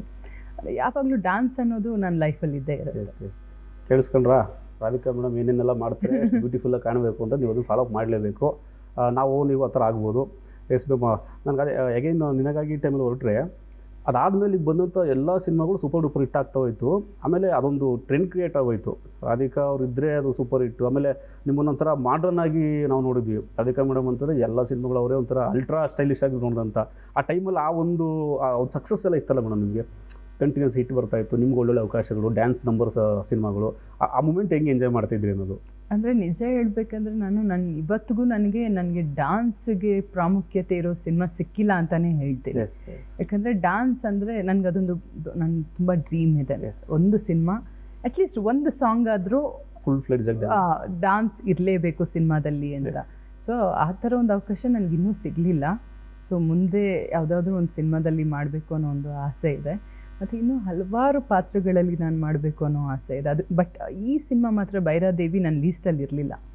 ಯಾಕಂದರೆ ನಾನು ಯಾವತ್ತೂ ಕೂಡ ಅಂದ್ಕೊಂಡಿರಲಿಲ್ಲ ಒಂದು ಹೆಣ್ಣು ಅಗೋರಿ ಇದೆ ಅನ್ನೋದೇ ನನಗೆ ಗೊತ್ತಿರಲಿಲ್ಲ. ಅಗೋರಿಗಳಿದ್ದಾರೆ, ಬಟ್ ಹೆಣ್ಣು ಅಗೋರಿ ಇಲ್ಲ ಅಂತಲೇ ನಾನು ಅಂದ್ಕೊತಾ ಇದ್ದೆ. ಬಟ್ ಹೆಣ್ಣು ಅಗೋರಿ ಒಂದು ಪಾತ್ರ ಬಂದಾಗ ನನಗೆ ನಿಜಕ್ಕೂ ಇದೊಂಥರ ನನಗೆ ಬೋನಸ್ ಅಂತ ಅನ್ನಿಸ್ತು. ಈ ಪಾತ್ರ ನಾನು ಮಾಡ್ತಾ ಇದ್ದೀನಿ, ಇದು ಒಳ್ಳೆ ಪಾತ್ರ ನನಗೆ ಸಿಕ್ಕಿದೆ ನನ್ನ ಜೀವನದಲ್ಲಿ. ಸೊ ಹಾಗೆ ಆಮೇಲೆ ಈಗ ನಾರ್ಮಲಾಗಿ ಯಾವುದಾದ್ರು ಸಿನಿಮಾಗಳನ್ನ ತಗೊಂಡ್ರೆ ಅಗೋರಿಯಾಗಿ ಒಬ್ಬ ಮೇಲ್ ಆ್ಯಕ್ಟರ್ ಆ್ಯಕ್ಟ್ ಮಾಡಿದ್ದಾರೆ, ಕನ್ನಡ ಅಥವಾ ತೆಲುಗು ಬೇರೆ ಯಾವ ಭಾಷೆಗಳಾದರೂ. ಫೀಮೇಲ್ ಆಗಿ ನೀವು ಅಗೋರಿ ಪಾತ್ರದಲ್ಲಿ ನೀವು ಕಾಣಿಸ್ಕೊಂಡಿದ್ದೀರಾ. ಅದು ಮೇಕಪ್ಪು ನಾನು ಟೀಸರ್ ಟ್ರೈಲರ್ ನೋಡಿದ್ವಲ್ಲ, ನಾವು ಬಿಟ್ಟಿರೋ ಗ್ಲಿಂಪಸ್ಗಳೆಲ್ಲ ಸಕ್ಕತ್ತಾಗಿದೆ. ನಾವೊಂದು ಎಕ್ಸ್ಪೆಕ್ಟ್ ಮಾಡೋಕ್ಕಾಗ್ತಿಲ್ಲ. ದಮಯಂತಿ ನೋಡಿದ್ವಿ ನಾವು, ಈ ಥರನೇ ಇದ್ರಿ ನೀವು ಸಿನಿಮಾದಲ್ಲೂ, ಬಟ್ ಇಲ್ಲಿ ಟೋಟಲ್ ಡಿಫ್ರೆಂಟ್. ಇಷ್ಟು ಚಾಲೆಂಜ್ ಆಗಿತ್ತು ಅನ್ನೋದು. ಅಗೋರಿ ಪಾತ್ರವನ್ನು ಮಾಡಬೇಕು, ನೀವೇನಾದ್ರು ಟ್ರೈನಿಂಗ್ ತೊಗೊಂಡಿದ್ದು, ಎಲ್ಲೆಲ್ಲಾದ್ರೂ ಹೋಗಿದ್ರಾ ಅಥವಾ ಅಗೋರಿ ಪ್ಲೇಸ್ಗಳನ್ನ ನೀವು ಮೀಟ್ ಮಾಡಿದ್ರಾ ಅವ್ರನ್ನ ಹೋಗಿ ಪರ್ಸ್ನಲಾಗಿ? ಇಲ್ಲ, ಆ ಥರ ಅಂದರೆ ನನಗೆ ಫಸ್ಟೇ ನಿಜ ಹೇಳಬೇಕಂದ್ರೆ ಅಗೋರಿ ಅಂದ್ರೇ ಒಂದು ಭಯ ಇತ್ತು. ಅಯ್ಯೋ ಅವರು ಹೇಗಿರ್ತಾರಪ್ಪ ಅಂದರೆ ಗೊತ್ತಿಲ್ಲ ಅಲ್ಲ ನಮಗೆ, ಅವ್ರ ಬಗ್ಗೆ ನಮಗೆ ಜಾಸ್ತಿ ಏನು ಮಾಹಿತಿ ಇರಲಿಲ್ಲ. ನಮ್ಮ ನಿರ್ದೇಶಕರು ಶ್ರೀಜಯ್ ಅವರು ಅದ್ರ ಬಗ್ಗೆ ತುಂಬ ರಿಸರ್ಚ್ ಮಾಡಿದ್ದಾರೆ. ಅವ್ರ ಬಗ್ಗೆ ಅವ್ರ ಹತ್ರ ಹೋಗಿ ಅವ್ರು ಏನು ಮಂತ್ರಗಳು ಹೇಳ್ತಾರೆ, ಅವ್ರು ಯಾವ ರೀತಿ ಇರ್ತಾರೆ, ಯಾವ ಥರ ಬಟ್ಟೆ ಹಾಕುತ್ತಾರೆ, ಅವ್ರ ದಿನಚರಿ ಹೇಗಿರುತ್ತೆ. ಸೊ ನಮ್ಮ ನಿರ್ದೇಶಕರು ಅದೆಲ್ಲ ಡೀಟೇಲ್ಸ್ ಕಲೆಕ್ಟ್ ಮಾಡ್ಕೊಂಡಿದ್ರು. ನಾನು ಮುಂಚೆನೇ ಹೇಳಿದ್ದೆ, ನೀವು ಕಲೆಕ್ಟ್ ಮಾಡ್ಕೊಂಡು ಬನ್ನಿ, ನನಗೆ ಯಾವ ರೀತಿ ಪಾತ್ರ ನಾನು ನಿಭಾಯಿಸಬೇಕು ನೀವು ನನಗೆ ಹೇಳಿ, ನಾನು ಅದೇ ರೀತಿ ಆ್ಯಕ್ಟ್ ಮಾಡ್ತೀನಿ ಅಂತ ಹೇಳಿದ್ದೆ ಮುಂಚೆನೇ. ಸೊ ಹಾಗಾಗಿ ಅವರು ಅದ್ರ ಬಗ್ಗೆ ಬಹಳನೇ ರಿಸರ್ಚ್ ಮಾಡಿದ್ದಾರೆ. ಸೊ ಈ ಸಿನಿಮಾದಲ್ಲಿ ಕೆಲವು ಮಂತ್ರಗಳು ಬರುತ್ತೆ, ಅದು ಒರಿಜಿನಲ್. ಅವ್ರು ಏನು ಮಂತ್ರ ಹೇಳ್ತಾರಲ್ಲ, ಒಂದು ಬೆಂಕಿ ಹಚ್ಚುವಾಗ ಪ್ರತಿಯೊಂದು ಆ ಮಂತ್ರಗಳು ಅಗೋರಿಗಳು ಏನು ಯೂಸ್ ಮಾಡ್ತಾರೆ ಅದನ್ನೇ ನಾವು ಕೂಡ ಈ ಸಿನಿಮಾದಲ್ಲಿ ನೀವು ಅದನ್ನು ಪ್ರಾಕ್ಟೀಸ್ ಮಾಡಿ ಪ್ರಾಕ್ಟೀಸ್ ಅಂದರೆ ನಮ್ಮ ಡೈರೆಕ್ಟರ್ ಏನು ಹೇಳ್ಕೊಟ್ಟಿದ್ದಾರೆ ಅದನ್ನ ನಾನು ಅಲ್ಲ, ಒರಿಜಿನಲ್ ಏನು ಅಗೋರಿಗಳು ಬಳಸ್ತಾರೋ ಅದನ್ನೇ ಡೈಲಾಗ್ಗಳನ್ನ ಬಳಸಿರೋದು. ಇನ್ನು ಯಾಕಂದರೆ ನಾನು ಅದೊಂದು ಎಂಥ ಪವಾಡ ಅಂದರೆ, ಒಂದು ಸೀನ್ ಇತ್ತು, ಒಂದು ಮಂತ್ರದಿಂದ ಬೆಂಕಿ ಬರೆಸ್ಬೇಕು. ಆ ಮಂತ್ರ ನಾನು ಹೇಳ್ತಾ ಇದ್ದೀನಿ, ಅದು ನಾನು ನಿಜಕ್ಕೆ ಇವಾಗ ಮರ್ತೋಗಿದ್ದೀನಿ, ಆ ಮಂತ್ರ ನೆನಪಿಲ್ಲ. ಆ ಮಂತ್ರ ಹೇಳುವಾಗ ಮೇಲೆ ಫುಲ್ಲು ಫೈರ್ ಆಗೋಯ್ತು. ಅಯ್ಯೋ, ನಾನು ನೋಡಿ ಶಾಕ್ ಆಗೋಗ್ಬಿಟ್ಟೆ, ಈ ಮಂತ್ರಕ್ಕೆ ಪವರ್ ಇದೆಯಾ, ಏನಿದು ಕತೆ ಅಂತ. ಅಂದರೆ ಸೆಟ್ ಒಳಗಡೆ ಶೂಟಿಂಗ್ ನಡೀತಾ ಇರುವಾಗ. ಸೊ ಸಖತ್ ಪವರ್ ಇದೆ ಆ ಮಂತ್ರಕ್ಕೆ ಅಂತ ಅನಿಸ್ತು. ಅಂದರೆ ಇಡೀ ಭೈರಾದೇವಿ ಸಿನಿಮಾ ಸೆಟ್ಟಲ್ಲಿ ಆಗುವಂಥ ಕತೆ? ಇಲ್ಲ, ಸೆಟ್ ಇದೆ, ಸ್ಮಶಾನದಲ್ಲಿದೆ, ಮತ್ತು ಊಟಿ ಮತ್ತು ಕಾಶಿ, ಹಲವಾರು ಪ್ಲೇಸಸಲ್ಲಿ ನಾವು ಶೂಟ್ ಮಾಡಿದ್ದೀವಿ. ಅಂದರೆ ಭೈರಾದೇವಿ ಸಿನಿಮಾದಲ್ಲಿ ಟೋಟಲ್ಲು ಏನು ಈ ಒಂದು ಕಾನ್ಸೆಪ್ಟ್ ಇದೆಯಲ್ಲ, ಇದನ್ನು ಬಿಟ್ಟು ನಿಮಗೆ ಹೆವಿ ಚಾಲೆಂಜ್ ಅನಿಸಿದ್ದು ಸೀನ್ ಯಾವುದು? ಯಾಕಂದರೆ ಅಗೋರಿ ಪಾತ್ರ ಮಾಡೋದೇ ಒಂದು ದೊಡ್ಡ ಚಾಲೆಂಜು. ಅದರಲ್ಲೂ ಕೂಡ ಈ ಸೀನ್ ಆಗ್ತಾ ಇಲ್ಲ ನನಗೆ, ಅದೇನೋ ಒಂಥರ ಭಯ ಆಗೋದು, ಒಂಥರ ಫೀಲ್ ಆಗೋದು, ಆ ಥರ ಅನಿಸಿದ್ದು. ನನಗೆ ಒಂದು ಸಲ ನಾನು ಮೇಕಪ್ ಹಾಕ್ಕೊಂಡು ನಾನು ಸೆಟ್ಟಿಗೆ ಹೋದ್ಮೇಲೆ ನನಗೆ ಈ ಥರ ಪಾತ್ರ ಆಗಲ್ಲ, ಈ ಸೀನ್ ಮಾಡೋಕ್ಕಾಗಲ್ಲ ಅಂತ ನನ್ನ ಜೀವನದಲ್ಲಿ ನನಗೆ ಯಾವತ್ತೂ ಯಾವುದೂ ಅನಿಸಿಲ್ಲ. ಬಟ್ ಈ ಸಿನಿಮಾ ಮಾಡೋಕ್ಕಿಂತ ಮುಂಚೆ ಈ ಸ್ಮಶಾನ ಅನ್ನೋ ಕಾನ್ಸೆಪ್ಟೇ ನನಗೆ ಭಯ ಇತ್ತು. ಅಯ್ಯೋ, ಸ್ಮಶಾನಕ್ಕೆ ಹೋಗಬೇಕಾ, ಸ್ಮಶಾನದಲ್ಲಿ ಶೂಟಿಂಗ್ ಮಾಡಬೇಕಾ, ಸ್ಮಶಾನದಲ್ಲಿ ಈ ಥರ ಗೆಟಪ್ ಹಾಕೋಬೇಕಾ, ಇದಲ್ದಿರ ಕಾಳಿ ಗೆಟಪ್ ಬೇರೆ ಇದೆ ಸ್ಮಶಾನದಲ್ಲಿ, ಆ ಮಂತ್ರಗಳೆಲ್ಲ ಇದೆ, ಅದು ರಾತ್ರಿ ಶೂಟಿಂಗು. ಅದೊಂದು ಬಹಳನೇ ಭಯ ಆಯ್ತು. ಯಾಕಂದರೆ ನನಗೆ ನನ್ನ ಲೈಫಲ್ಲಿ ನಾನು ತುಂಬ ಎದುರೋದು ಅಂದರೆ ದೆವ್ವಗಳಿಗೆ. ಅದಕ್ಕೆ ಅಂದರೆ ಹೇಳ್ತೀನಿ, ಸ್ಟೋರಿ ಹೇಳ್ತೀನಿ ಕೇಳಿ. ಸಖತ್ ಭಯ ಆಯಿತು. ಬಟ್ ಯಾವಾಗ ಈ ಗೆಟಪ್ ಹಾಕೊಂಡು ನಾನು ಸ್ಪಾಟ್ಗೆ ಹೋದೆ, ನಾನು ಸೀನ್ ಅಂದರೆ ಒಂದು ಫಸ್ಟ್ ಡೇ ಶೂಟಿಂಗ್ ಆಯ್ತಲ್ಲ, ಫಸ್ಟ್ ಡೇ ಇಂದಾನೆ ಆ ಭಯ ಅನ್ನೋದು ಹೊರಟೇ ಹೋಯ್ತು. ಇವತ್ತಿಗೂ ನೀವು ದೆವ್ವ ಅಂದರೆ ಭಯಾನ ಅಂತ ಕೇಳಿದ್ರೆ ನಂಗೆ ಭಯ ಇಲ್ಲ. ಅಷ್ಟೊಂದು ಧೈರ್ಯ ಬಂತು. ಅದು ಇಲ್ಲಿಂದ ಆ ಧೈರ್ಯ ಬಂತು ನನಗಂತೂ ನಿಜಕ್ಕೂ ಗೊತ್ತಿಲ್ಲ. ಬಟ್ ಇವತ್ತಿಗೂ ನನಗೆ ಆ ದೆವ್ವ ಭೂತಗಳು ಭಯ ಇಲ್ಲ ನನಗೀಗ. ಯಾವುದೇ ಸಿನಿಮಾ ಮಾಡೋದು ಕೂಡ ಜನ ಫಸ್ಟ್ ನೋಡೋದು ಒಂದು ಟೈಟಲ್ ಮೇಲೆ ಫಸ್ಟ್ ಕಂಡಿಡ್ತಾರೆ. ಒಂದು ಟೈಟಲ್ನ ಕೊಟ್ಟರೆ ಆಡಿಯನ್ಸ್ ಆಲ್ರೆಡಿ 50%, ಒಂದು 25% ಅಟ್ರಾಕ್ಟ್ ಆಗ್ತದೆ. ಸೊ ಭೈರಾದೇವಿ ಅಂತ ಇಟ್ಟಾಗ ಅದೊಂದು ಪಾಸಿಟಿವ್. ಭೈರಾದೇವಿ ಹೇಳೋಕ್ಕೆ ಒಂಥರ ನಮಗೊಂಥರ ಖುಷಿ, ಕೇಳೋಕ್ಕೊಂಥರ ಅದು ಪಾಸಿಟಿವ್ ವೈಬು. ಭೈರಾದೇವಿ ಅನ್ನೋ ಟೈಟಲನ್ನು ನೀವು ಸಜೆಕ್ಟ್ ಮಾಡಿದ ಅಥವಾ ಡೈರೆಕ್ಟರ್ ಅಥವಾ ನೀವೆಲ್ಲ ಕೂತ್ಕೊಂಡು ಡಿಸ್ಕಸ್? ಡೈರೆಕ್ಟರ್. ಆ ಗೆಟಪ್ ಇರ್ಬೋದು, ಆ ಕಾನ್ಸೆಪ್ಟ್ ಇರ್ಬೋದು, ಹೆಸರು ಇರ್ಬೋದು, ಪ್ರತಿಯೊಂದೂ ನಮ್ಮ ನಿರ್ದೇಶಕರದ್ದು. ಎಸ್. ಈಗ ನಟಿಯಾಗಿ ಓಕೆ, ನೀವು ಅದಕ್ಕೆ ಹಣ ಹಾಕಬೇಕು, ನಿರ್ಮಾಪಕರಾದಾಗ, ಪ್ರೊಡ್ಯೂಸರ್ ಆದಾಗ ಒಂದಷ್ಟು ಟೆನ್ಷನ್ಸ್ ಇರುತ್ತೆ ಒಳಗಡೆ, ಏನೆಲ್ಲ ನಡೀತಾ ಇದೆ ಅಂತೇಳಿ. ಎರಡೂ ಸ್ವಲ್ಪ ಕಷ್ಟ ಆಗಿಲ್ವಾ, ಅಥವಾ ನಿಮ್ಗೆ ಬೇರೆ ಟೀಮ್ ನೋಡ್ಕೊಳ್ತಿತ್ತು, ಅಥವಾ ನಿಮ್ಗೆ ಅದು ಸ್ವಲ್ಪ ಫೈಟ್ ಅನಿಸ್ಲಿಲ್ಲ? ಅಂದರೆ ಯಾವಾಗಲೂ ಒಂದು ಸಿನಿಮಾ ಮಾಡುವಾಗ ನಿರ್ಮಾಣ ಮತ್ತು ಇದು ಆ್ಯಕ್ಟಿಂಗ್ ಎರಡೂ ಸ್ವಲ್ಪ ಕಷ್ಟನೇ. ಬಟ್ ನನಗೆ ಸಪೋರ್ಟಿವ್ ಆಗಿ ನಮ್ಮ ಅಣ್ಣ ಜೊತೆಲಿದ್ದ. ಸೊ ಹಾಗಾಗಿ ಸ್ವಲ್ಪ ನನಗದು ಏನು ಅಂತ ಕಷ್ಟ ಅಂತ ಅನಿಸ್ಲಿಲ್ಲ. ಸ್ವಲ್ಪ ನಾರ್ಮಲಾಗಿ ಯಾರು ಹೇಳೋದಿಲ್ಲ. ಭೈರಾದೇವಿ ಬಜೆಟ್ ಎಷ್ಟು ಅಂತ ಕೇಳಿದ್ರೆ ರಾಧಿಕಾ ಮೇಡಮ್ ಏನು ಹೇಳ್ಬೋದು ಅಂತ? ಖಂಡಿತವಾಗ್ಲೂ ಹೇಳಲ್ಲ. ಹೇಳ್ಬೋದಲ್ಲ? ಇಲ್ಲ, ಬೇಡ. ಸಿನಿಮಾ ಎಲ್ಲ ರಿಲೀಸ್ ಆಗಿ ನೋಡಿದ್ಮೇಲೆ ನೀವೇ ಡಿಸೈಡ್ ಆಗಿ ಎಷ್ಟು ಅಂತ ಈಗಲೇ ಹೇಳಿಬಿಟ್ರೆ ಅದೇನು ಸಿನಿಮಾದ ಬಗ್ಗೆ ನಾವು ಎಲ್ಲ ಡೀಟೇಲ್ಸು ಹೇಳ್ದಂಗೆ ಆಗುತ್ತೆ. ಥಿಯೇಟ್ರ್ ಬಂದು ಜನ ಸಿನಿಮಾ ಆದಮೇಲೆ ಅವ್ರಿಗೆ ಹೇಳಬೇಕು. ಸಿನಿಮಾ ಒಂದು ಇವರು ನಿರ್ಮಾಪಕರಾಗಿ ಸಿನಿಮಾಗೆ ಏನೆಲ್ಲ ಬೇಕು ಅದನ್ನು ಕೊಟ್ಟಿದ್ದಾರೋ ಇಲ್ವೋ ಅವ್ರು ಅದನ್ನು ಡಿಸೈಡ್ ಮಾಡಬೇಕು. Yes ma'am. ಸ್ವಲ್ಪ ಹಿಂದೆ ಹೋಗೋದಾದರೆ ಅಗೇನು ನಿಮ್ಮ ಆ ಪ್ರೇಮ ಕೈದಿ, ನಿನಗಾಗಿ ಸಿನಿಮಾಗಳಾದ ನಂತರ ಮತ್ತೊಂದು ಹೊಸ ಪ್ರಪಂಚನೇ ಕ್ರಿಯೇಟ್ ಆಗುತ್ತೆ. ಈ ಅಣ್ಣ ತಂಗಿ ತವರಿಗೆ ಬಾ ತಂಗಿ ಸಿನಿಮಾ ನಾವು ಇವತ್ತಿಗೂ ನೆನಪಿದೆ ನನಗೆ. ತವರಿಗೆ ಬಾ ತಂಗಿ ಸಿನಿಮಾಗೆ ನಾವು ಅಮ್ಮವ್ರನ್ನೆಲ್ಲ ಕರ್ಕೊಂಡು ಥಿಯೇಟ್ರಲ್ಲಿ ಎದ್ದೋ ಬಿದ್ದೋ ಅಂತ ಹೋಗಿ ನೋಡಿದ್ದು, ಟಿಕೆಟೇ ಸಿಗ್ತಾ ಇಲ್ಲ. ಎಷ್ಟು ಫೈಟ್ ಮಾಡಿದ್ವಿ ಅಂದರೆ, ಇನ್ಫ್ಯಾಕ್ಟ್ ಅವಾಗಿಂದ ಅಣ್ಣ ತಂಗಿ ಸಿನಿಮಾ ಬಂದಾಗಿಂದ, ತವರಿಗೆ ಬಾ ತಂಗಿ ಸಿನಿಮಾ ಬಂದಾಗಿಂದ ಆ ಒಂದು ರಾಖಿ ಹಬ್ಬ ಬಂದರೆ ಅದು ಪಟ್ಟಂತ ರಾಧಿಕಾ ಶಿವಣ್ಣ ಎಲ್ಲರೂ ಕೂಡ ಆ ಥರ ಫೀಲ್ ಆಗಿ ಸ್ಟಾರ್ಟ್ ಮಾಡಿದ್ರು. ಆ ಮೂಮೆಂಟಲ್ಲಿ ನೀವು ನೆನೆಸ್ಕೊಳ್ಳೋದು, ಶಿವಣ್ಣ ಜೊತೆ ಆ್ಯಕ್ಟ್ ಮಾಡಿದ್ದು, ಅಷ್ಟು ಸಿನಿಮಾ ಸಕ್ಸಸ್ಸು ನಿಮಗೆ ಎಂಥ ಆ ಟೈಮ್ ಅದು ನಿಮಗೆ ಆ್ಯಕ್ಚುಲಿ. ಶಿವಣ್ಣನ ಬಗ್ಗೆ ನಿಜಕ್ಕೂ ಶಿವಣ್ಣನ ಜೊತೆ ನಾನು ಗೀತಾಕನ್ ಸಹ ನೆನೆಸ್ಕೊತೀನಿ. ಯಾಕಂದರೆ ನನಗೆ ಇವತ್ತು ನೆನಪಿದೆ, ನಾನು ಅವಾಗ ಹೊಸ ಎಂಟ್ರಿ ಅಲ್ವಾ, ನ್ಯೂ ಕಮರ್ ನಾನು. ಅವಾಗ ನನಗೆ ಅವರು ಒಂದು ದೊಡ್ಡ ನಟ, ಯಾರು ಶಿವಣ್ಣ, ಇವಾಗಲೂ ಸಹ ದೊಡ್ಡ ನಟನೇ. ಸೊ ಆ ಟೈಮಲ್ಲಿ ನಾನು ನ್ಯೂ ಕಮರ್ ಆಗಿದ್ದೆ, ಹೊಸಬ್ಳಾಗಿದ್ದೆ ಸಿನಿಮಾಗೆ. ಸೊ ಅವರು ನನಗೆ ಎಷ್ಟು ಸಹಕರಿಸ್ತಿದ್ರು ಅಂದರೆ, ಒಂದು ಚನ್ನಪಟ್ಟಣದಲ್ಲಿ ಒಂದು ಮನೇಲಿ ಶೂಟಿಂಗ್ ಆಗ್ತಾಯಿತ್ತು. ನಾವೆಲ್ಲ ನಮ್ಮನ್ನೆಲ್ಲ ಒಂದು ಹಳ್ಳಿ ಮನೆಯಲ್ಲಿ ಊಟಕ್ಕೆ ಕರೆದಿದ್ರು. ಅವ್ರು ಊಟ ಮಾಡಿ ಅವ್ರು ಎದ್ದು ಶಿವಣ್ಣ ಎದ್ದು ನಮಗೆಲ್ಲ ಊಟ ಬಡಿಸೋರು. ಅಂದರೆ ತಿನ್ನಮ್ಮ, ಸಣ್ಣ ಇದೆ ನೀನು, ಸ್ವಲ್ಪ ದಪ್ಪ ಆಗು ತಿನ್ನು ಅಂತ. ಅಂದರೆ ಅಷ್ಟು ಸಿಂಪಲ್ ಅವರು. ಮತ್ತು ಗೀತಕ್ಕವಂತೂ ನಾನಂದರೆ ಅವ್ರಿಗೆ ಬಹಳನೇ ಪ್ರೀತಿ. ಅಂದರೆ ಅದನ್ನು ಪುನೀತ್ ಅವರೇ ಹೇಳಿದರು, ಒಂದು ಸ್ಟೇಜಲ್ಲಿ ಹೇಳಿದರು, ಯಾರು ಸಿನಿಮಾ ಅಂದರೂ ಗೀತಕ್ಕ ಡೇಟ್ಸ್ ಕೊಡೋದಿಲ್ಲ, ಬಟ್ ರಾಧಿಕನ್ ಸಿನಿಮಾ ಅಂದರೆ ಇಮ್ಮಿಡಿಯೇಟಾಗಿ ಡೇಟ್ಸ್ ಕೊಡ್ತಾರೆ ಅಂತ. ಅಷ್ಟು ಒಂದು ಗೌರವ ನನ್ನ ಮೇಲಿತ್ತು, ಅವ್ರಿಗೆ ಪ್ರೀತಿ ಗೌರವ ಇತ್ತು. ಸೊ ಅವತ್ತಿಂದನೇ ನಾನು ಡಿಸೈಡ್ ಆದೆ, ಶಿವಣ್ಣ ನನ್ನ ಲೈಫಲ್ಲಿ ಒಬ್ಬರು ದೊಡ್ಡ ಅಣ್ಣ. ಶಿವಣ್ಣ ನಿಮಗೆ ಆತ್ಮೀಯವಾಗಿ ಸಿನಿಮಾಗಳನ್ನ ಮಾಡಿ ತುಂಬ ಇಷ್ಟಪಟ್ಟಂತ, ಅದನ್ನ ಬಿಟ್ಟರೆ ಆಲ್ಮೋಸ್ಟ್ ಶಿವಣ್ಣ ಎಲ್ರಿಗೂ ಅಣ್ಣನೇ, ನಮಗೂ ಅಣ್ಣ, ಅವ್ರಿಗೂ ಅಣ್ಣ, ಎಲ್ರಿಗೂ ಇಡೀ. ಬಟ್ ಯಾರು ರಾಖಿ ಕಟ್ಟಿಲ್ಲ, ನಿಮಗೆ ಲಕ್ಕಿ ಅದು. ಅವ್ರ ಫ್ಯಾಮಿಲಿಲಿ ಅವ್ರು ತಂಗಿದಿರ್ ಬಿಟ್ಟರೆ ನಾನೇ ಅವ್ರಿಗೆ ರಾಖಿ ಕಟ್ಟಿಲ್ಲ. ನಮ್ಮ ತಂಗಿದೆಲ್ಲ ಸೇರಿಸಿ ನೀವೇ ಕಟ್ಬಿಟ್ಟಿದ್ದೀರ, ಎಲ್ಲರದ್ದು ನೀವೇ ಫಾಲೋ ಅಪ್, ಅಷ್ಟೇನು ತೊಂದರೆ ಇಲ್ಲ. ಈಗ ಇನ್ನು ಈ ಥರ ಕ್ಯಾರೆಕ್ಟರ್ಗಳು ಮಾಡ್ತಾ ನಿಮಗೆ ಈ ಥರ ದಮಯಂತಿ ಥರ ಕ್ಯಾರೆಕ್ಟರ್ಗಳು ಇದೆಲ್ಲ ಬಂದಾಗ ಸ್ವಲ್ಪ ಚಾಲೆಂಜ್ ಅನಿಸುತ್ತಾ ಆ ಟೈಮಲ್ಲಿ ನಿಮಗೆ? ಇದನ್ನು ಎಕ್ಸೆಪ್ಟ್ ಮಾಡ್ಕೊಳ್ಳೋದು ಹೆಂಗೆ, ಅಥವಾ ಇದು ನನ್ನ ಜನ ಎಕ್ಸೆಪ್ಟ್ ಮಾಡ್ಕೊತಾರೋ ಇಲ್ವೋ? ಯಾಕಂದ್ರೆ ನಾನು ಬಂದಿರೋವಂಥದ್ದು ಸ್ಟಾರ್ಟಿಂಗಲ್ಲಿ ಒಂದು ಲವರ್ ಬಾಯ್ ಆಗಿ ಕಾಲೇಜ್ ಹುಡುಗಿ ಥರ ಬಂದೆ, ಹೇಗೆ ಇನ್ನು ಅಣ್ಣ ತಂಗಿ ಥರ ಹೋದೆ, ಮತ್ತಿದೊಂದು ಯಾವುದೋ ಹೊಸ ಪ್ರಯತ್ನ ಅಂತ ಅನಿಸಿದ್ದುಂಟಾ ಅನ್ನೋದು ಆ ಟೈಮ್? ಖಂಡಿತವಾಗ್ಲು. ಯಾಕಂದರೆ ದಮಯಂತಿ ಸಿನಿಮಾನು ಒಂದು ವಿಭಿನ್ನವಾದಂಥ ಪಾತ್ರ, ಎಲ್ಲರೂ ಮಾಡೋಕ್ಕಾಗಲ್ಲ ಆ ರೀತಿಯಾದಂಥ ಪಾತ್ರ. ಅದಕ್ಕೊಂದು ಏನಂತಾರೆ, ಒಂದು ಸ್ಪೆಷಲ್ ಎನರ್ಜಿ ಇರಬೇಕು ಬಾಡಿಲಿ. ಸೊ ನನಗೆ ಅದು ಕೇಳುವಾಗ ನಾನು ಯಾವತ್ತೂ ನಂಬೋದೇನು ಗೊತ್ತಾ, ನಿರ್ದೇಶಕರನ್ನ. ಮತ್ತು ಅವ್ರು ನಂಬಿ ನನ್ನ ಹತ್ರ ಬಂದಿದ್ದಾರೆ ಅಂದರೆ ಅವ್ರು ನನ್ನಲ್ಲಿ ಆ ಪಾತ್ರಕ್ಕೆ ಸೂಟ್ ಆಗ್ತೀನಿ ಅಂತ ತಿಳ್ಕೊಂಡೇ ಬಂದಿರ್ತಾರಲ್ಲ. ಸೊ ಅದು ಒಂಥರ ಒಳ್ಳೆ ನನಗೆ ಇಷ್ಟವಾದಂಥ ಪಾತ್ರ. ಅಂದರೆ ನೀವು ಮಾಡಿದಂಥ ಸಿನಿಮಾಗಳಲ್ಲಿ ಅತಿ ಹೆಚ್ಚು ನೀವು ನಟಿಸಿದ್ದು ಯಾರು ನೆನಪಿದೆಯಾ? ನೀವು ಯಾರ ಜೊತೆಗೆ ಜಾಸ್ತಿ ಕಾಣಿಸ್ಕೊಂಡ್ರಿ ಸಿನಿಮಾಗಳಲ್ಲಿ? ಸಿನಿಮಾದಲ್ಲಿ ನಾನು ಅತಿ ಹೆಚ್ಚು ಕಾಣಿಸ್ಕೊಂಡಿದ್ದು ವಿಜಯ ರಾಘವೇಂದ್ರ. ಯಾವ ಸಿನಿಮಾ ಅಂತ ಹೇಳ್ಬೋದಾ? Ninagagi, Prem Khaidi, Romeo Juliet, Rishi. Super. ಹೇಳೋದು ನಾವು ಮರ್ತೋಗಿರ್ತೀವಿ, ಅದಕ್ಕೆ ನನ್ನ ಹತ್ರ ಕೇಳ್ತಿದ್ದೀರಲ್ಲ. ಮೋಸ್ಟ್ಲಿ ಮರ್ತೋಗ್ಬಿಟ್ಟಿರ್ತಾರೆ, ಒಂದು ಎರಡು ಹೇಳ್ಬೋದು ಅಂತ ಅನ್ಕೊಂಡಿದ್ದೆ. ಇಲ್ಲ, ನೀವು ಮರ್ತೋಗಿದ್ದೀರ, ಅದಕ್ಕೆ ನೀವು ನನ್ನ ಹತ್ರ ಕೇಳಿದ್ರಿ. ಇಲ್ಲ, ನನ್ನ ನೆನಪಿತ್ತು, ಪ್ರಾಕ್ಟೀಸ್ ಮಾಡ್ಕೊಂಡು ಬಂದಿದ್ದೆ ನಾನು ಈ ಕ್ವಶನ್ ಕೇಳೋಣ. ಮೋಸ್ಟ್ಲಿ 4 ಸಿನಿಮಾ ಅಲ್ವಾ, ಹೇಳೋದು ಡೌಟು ಅಂತ. ಎಸ್ ಮ್ಯಾಮ್, ವಿಜಯ ರಾಘವೇಂದ್ರ ಸರ್ ತುಂಬ ಕ್ಯೂಟೆಸ್ಟ್ ನಟ, ಹಂಬಲ್ ನಟ. ನಿಮ್ಮ ಜೊತೆ 4 ಸಿನಿಮಾ ಸೂಪರ್ ಡೂಪರ್ ಹಿಟ್ ಸಿನಿಮಾಗಳು, ಅದರಲ್ಲೂ ಕೂಡ ಹೆಂಗಿತ್ತು ನಿಮ್ಮ ಕಾಂಬಿನೇಷನ್, ನಿಮ್ಮ ಆ ಟೈಮಲ್ಲಿ ಆದಂಥ ಫನ್ನಿಯೆಸ್ಟ್ ಮೂಮೆಂಟ್ಗಳು? ಅಂದರೆ ನನಗೆ ಈಗಲೂ ನೆನಪಿರೋದೇನು ಅಂದರೆ, ಅವರು ಆ ಟೈಮಲ್ಲಿ ಚಿನ್ನಾರಿ ಮುತ್ತ ಅವ್ರಿಗೆ ಅವಾರ್ಡ್ ಬಂದಿತ್ತಂತ ಸಿನಿಮಾ. ಅವ್ರಿಗೆಲ್ಲರೂ ಚಿನ್ನಾರಿ ಮುತ್ತ.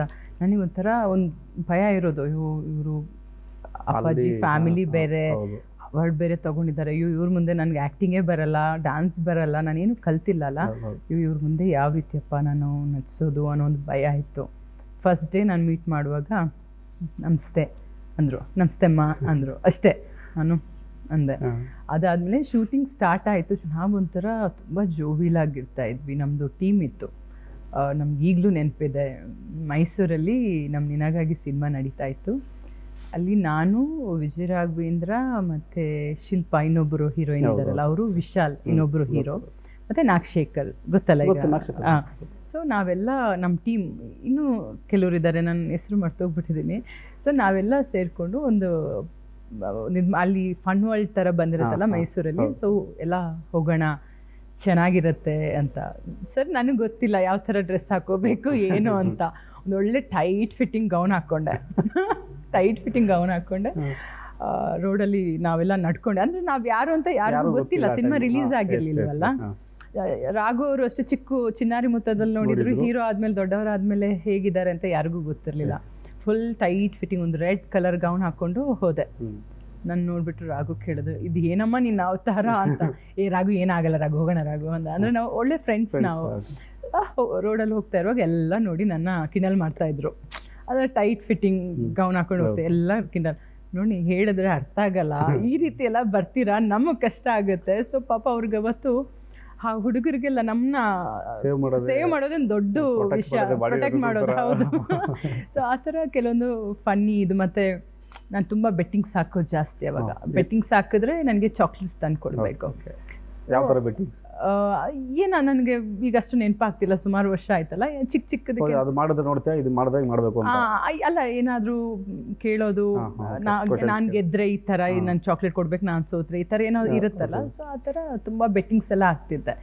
ಅವಾಗ ಚಾಕ್ಲೇಟ್ಸ್ ತಂದು ಕೊಡಬೇಕು ಅಂತ ಡೈರಿ ಮಿಲ್ಕ್ ತಂದು ಕೊಟ್ಟಿಲ್ಲ ಅಂದ್ಬಿಟ್ಟು ಒಂದ್ಸಲ ಫುಲ್ಲು ಚೂಟ್ಬಿಟ್ಟಿದೆ. ಫುಲ್ ಇದೆಲ್ಲ ರೆಡ್ ಆಗೋಗ್ಬಿಟ್ಟಿತ್ತು ರಾಗುಗೆ. ಅವ್ರ ಅಮ್ಮ ಕೇಳ್ತಾ ಇದ್ರು, ಪಾಪ ಇದು ಯಾರಪ್ಪ ನಿನಗೆ ಈ ರೀತಿ ಮಾಡಿದ್ದು ಅಂತ. ಸೊ ಆ ಥರ ಫನ್ನಿ ಎಲ್ಲ ತುಂಬ, ಅಂದರೆ ಆ ಟೈಮ್ ತುಂಬ ಚೆನ್ನಾಗಿತ್ತು. ಯಾಕಂದ್ರೆ ನಾನು ಕಾಲೇಜ್ ಡೇಸ್ ಹೇಗಿರುತ್ತೆ ಅಂತ ನಾನು ನೋಡ್ದವಳಲ್ಲ. ಸೊ ನನ್ನ ದಿನಗಳೆಲ್ಲ ಸಿನಿಮಾದ ಮೂಲಕ ಅವ್ರ ಜೊತೆ ಆಟ ಆಡ್ಕೊಂಡು ಟೀಮ್ ಜೊತೆ ನಗ್ನಾಗ್ತಾ ಒಂಥರ ತುಂಬ ಚೆನ್ನಾಗಿತ್ತು. ಈ ಬೆಟ್ಟಿಂಗು ನಿಮ್ಗೆ ಆಗ್ತಾ ಇದ್ರಲ್ಲ ಅವಾಗ ತುಂಬ ತಮಾಷೆಗೆ, ಅದು ಯಾವುದೋ ಒಂದು ಸಿನಿಮಾಲ್ ಬಂದೋಗಿದೆಯಲ್ಲ, ನೆನಪಿದೆಯಾ? ತುಂಬ ಫೇಮಸ್ ಅದು. ಯಾವ್ದು? ನೀವು ಮಾಡಿರೋ ಒಂದು ಸಿನಿಮಾದಲ್ಲಿ ಬೆಟ್ಟಿಂಗ್ ಆಡೋದು ಒಂದು ಸೀನ್ ಇದೆ, ಒಂದು ಸಿನಿಮಾದಲ್ಲಿ ಹೈಲೈಟ್. ಅದು ಇವತ್ತು ರೀಲ್ಸ್ ಅಲ್ಲಿ ಟ್ರೋಲ್ ಆಗ್ತಾನೆ ಇರುತ್ತೆ, ಬರ್ತಾ ಇರುತ್ತೆ ಅವಾಗ.